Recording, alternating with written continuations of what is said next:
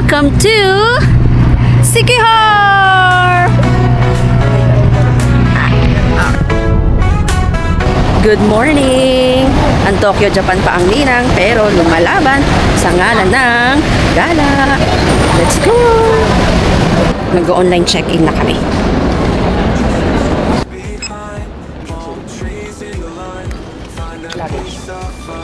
So, we're dropping the bag dahil naka-check-in tayo. Nandito tayo ngayon sa priority lane. Medyo konti kumpara sa normal lane. So, ayun na nga guys, nakalagpas kami sa immigration. Charing lang. Local lang tayo ngayon. So, wala tayong immigration.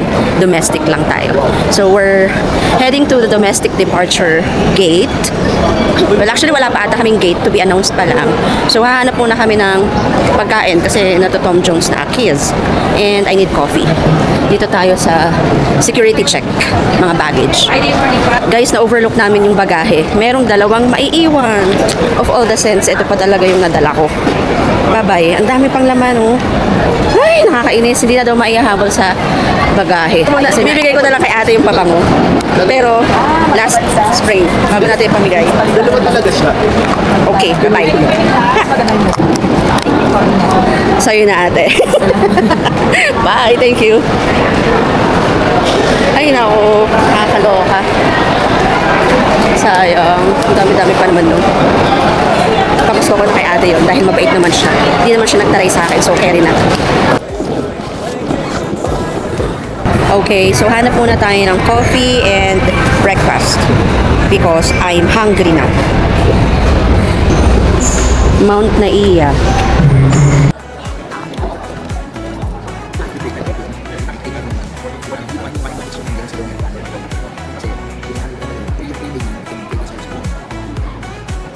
Punta na kami sa gate para doon na lang kami mag-antay.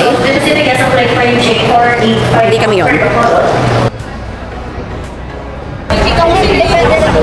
Pupunta na kami sa gate 132.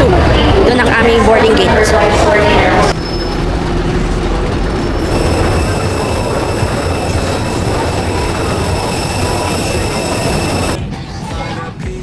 Maybe if you are seated next to one in the global airline industry.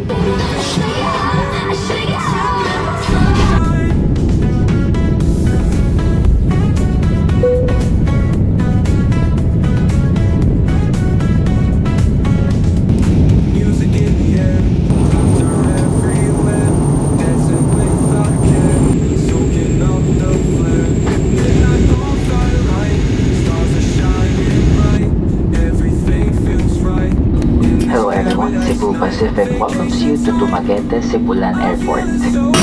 There you go! We have just landed at Dumaguete Airport. Woo! Thank you Lord for the safe flight! Yay! Sana continuous yung ganitong weather lang, maaraw, maliwalas. Woo! Let's get our bag. So, small lang to. Pagpasok mo, lang. So, small airport lang siya. Siyempre, local. Kaya, small lang siya.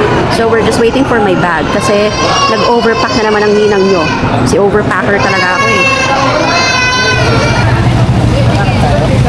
Dumaguete Airport. So come on, Dumaguete me, get me, get me. Baby, I'm yours, Dumaguete me. So, papunta tayo sa tricycle terminal. Kasi pupunta naman tayo sa Dumaguete Port kung nasaan ang ocean jet na papunta sa Sikihor. Ganon. So, bawal daw dito sa side ng airport. Dapat tumawid ka here kung gusto mong sumakay ng tricycle. Ayan. Hanap tayo ng tricycle. So, sa tricycle, 250 pesos. Dalawa kami at bagahe. Ngayon, titingnan natin kung magkano yung grab. Meron ditong grab trike. Ito mahal, Dumaguete Seaport. Pick up at arrival. So, mahal. 79 lang. 79 pesos sa grab. O, anong decision mo? Kakancel ko to. So, ito yung 250 pesos. Tagal kasi mag-grab trike, walang mabook. Sayang yon kasi 79 pesos lang. So, grabe yung jet lag ko. Ang ano ng biyahe. Ang tagal. Time check dito sa Dumaguete, 10 a.m. Kayo dyan sa Manila, anong oras na? Ching. So, meron na kaming ticket for Ocean Jet. Hindi nalagyan yung bagahe. Yan. So, mahaba yung pila kasi lahat hinahabol yung 11 a.m. na biyahe. Pero, as PWD, nakauna tayo. Wala pang 5 minutes, nakakuha na tayo ng ticket. Akin yung hawak ni Alvin. Ito lang sa kanya. May space pa. Nag-overpacking na naman ang ninang nyo. Overpacker. Pumipila tayo for environmental fee. Ang 15 lang. Wala yung bayad ang PWD mo. Okay. Bayad yung baggage. Magkano po? 7K sa kapitid. Magkano po total? Ito po. So, kuha tayo ng seat number daw. So, pila tayo dito. So, again, pagkabayad mo ng environmental fee, sasalubungin ka ng mga porter, lalo na kapag meron kang bagahe. At babayaran mo yun. And then, after that, you have to go here to get your seat number. And then, so, we already got the seat number, 34A and 34B. Hanapin natin si Alvin Bantog. Nawawala pa. Nasaan siya? Saan mo siya dalhin? Ayun, saan mo siya dalahin? Ha? Mag-shades tayo para mukha akong sikat. Kasi yung iba naka-shades, kala mo parang sikat, di ba? Or baka vlogger, mga influencer. So tayo rin, mag-shades. Para mukha tayong nagtatago, para kunwari sikat tayo. Eme lang.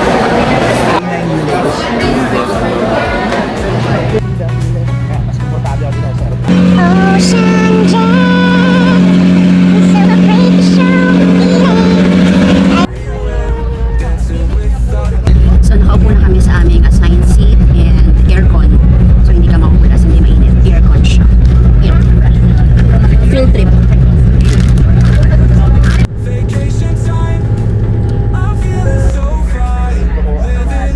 So nandito na tayo ngayon sa Siquijor Port and look at that port. Port pa lang yan. Ang linaw na. Parang pwede ka na mag-swimming. Ganda, grabe. Parang low tide ngayon kasi may tao doon kung nakikita nyo. Hanggang bewang niya lang. Ganda. Welcome to Siquijor!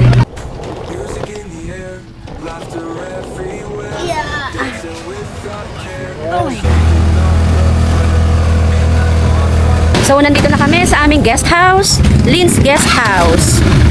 Ayan, tabi siya ng dagat. So, mag-check-in muna tayo. Okay na? Okay. Thank you. Anong name mo? Jessica. Mag-hi ka naman sa vlog ko. Hi po.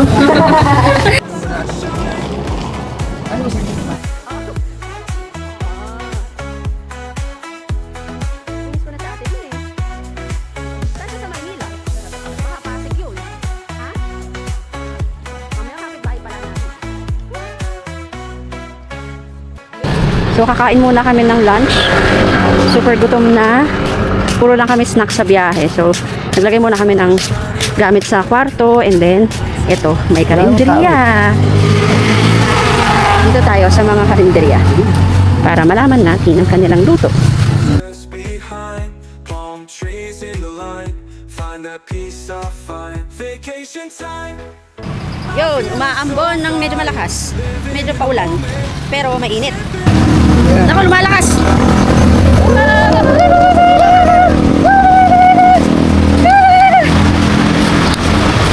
Good evening! So, ayun na nga, nakatulog kami. Nag-alarm ako ng 4:30 tsaka 5 p.m. Just for an afternoon nap kasi pagod na pagod kami. Pero ending, alas 7 na. Tsaka parang kami nagising.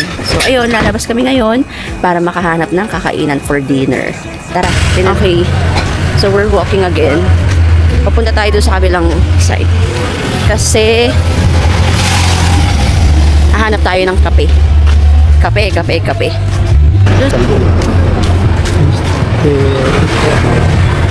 Yan, mga, eto. Ano ito? Ay, ihawan din, oh. Coffee and tea, oh. Tara! Ganda. Yun. Margarita.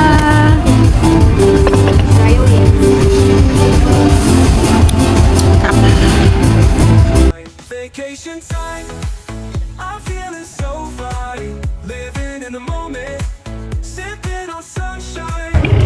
So ayan, nandito na kami sa tabing dagat nagpapahangin. And we're just finishing our coffee and margarita.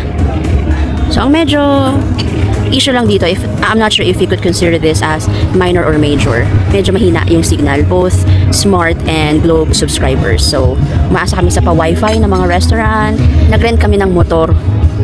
DIY itinerary kasi kami. So maglilibot kami sa buong San Juan or sa mga maabot ng aming makakaya. Mga tourist spots or destinations dito sa Siquijor. So lesser tao pa rin kasi Thursday. Hindi ko alam kung ako lang, pero parang may ano ako. Anong tawag doon, mahal? Customer magnet? Ano ba tawag doon? Business magnet? Kasi kada pupunta kami sa mga restaurant or sa mga kainan, kami lang yung laging una, laging walang tao. Tapos after few minutes, may dumadagsana yung tao. Hindi ko alam kung nagkakataon lang, pero pangatlong restaurant na to ngayong araw na ganun ang nangyayari. Kaya kunin nyo na akong endorser, influencer, ganyan. Maraming na-attract, ganyan. Babalik na kami sa guest house. Ano to? Naiya 4? Charing. Doon, malapad na upo. So as you can see, konti yung tao. Unlike yung mga nakikita natin sa Siargao, sa Boracay, na napakaraming tao na, crowded na. So dito hindi pa naman. Maybe because it's Thursday. Hindi natin alam. Malalaman natin sa weekend kung ganito pa rin ba yung vibe. Ayun o, uso ang mga rent ng motor dito. Kaya maraming naka-Fazio, mga scooter type motor. Ayan o. Uso kasi mag-rent dito. So bukas, mag-DIY kami. May motor kaming nirentahan. Ayan, so in fairness, so far, wala pang 1 kilometer yung layo ng guest house namin dito sa kinainan namin ngayong dinner. Is meron na namang another ATM. May mga nabasa ako, may mga napanood ako na minsan, nagba-brown out or nagba-black out, mahirapan kang mag-withdraw. And then at the same time, yung iba, walang card payment, GCash payment, so you have to really pay in cash. Just like, so ito na yung maraming tao for today. Ayan na. Ito pala yung inuman. Kaso mga inuman, alam mo naman, tita at tito, kape-kape lang. Pero nagmargarita kanina. Nakakatawa sa voice. So pwede ka palang umupo dyan, no? Di ba? Mag-order ka ng take-out tapos upo ka na lang dito. Di ba? Lapis. Ang kagandahan din naman pala, lagi rin nagpapatrol yung mga polis. Di ba? So, I would say, okay. Ano tayo? Pwede sa akin. Pwede ba yun? Margarita tsaka balot. Ayan o. Say hi to the police. Nagre-ronda naman sila regularly. So far, nakikita namin. Order tayo So, dito. okay. Yan, okay siya. Open karaoke. Kakanta si Tito Alvin. Be patient. O, diba? Ano ba yan? Ayun. Ito na ang aming motor. Woohoo! Hi ka naman kuya sa vlog ko. Fun Run Fundan po. Fundan, sorry. Fundan Motor Rent. Oh, diyan kayo mag-rent ha, mababait ito si kuya. Demo, bibigyan ako ng discount yan. Actually. Ay, boys na, dami. Ayun, ayun. Ay, maliliit. Ay, oo nga, ang dami. Tara, di boys. Pag ganun sila. Low, F na F nyo, oh. Tumaambo na naman. Maaga tayo bukas, magpahinga na kaya tayo.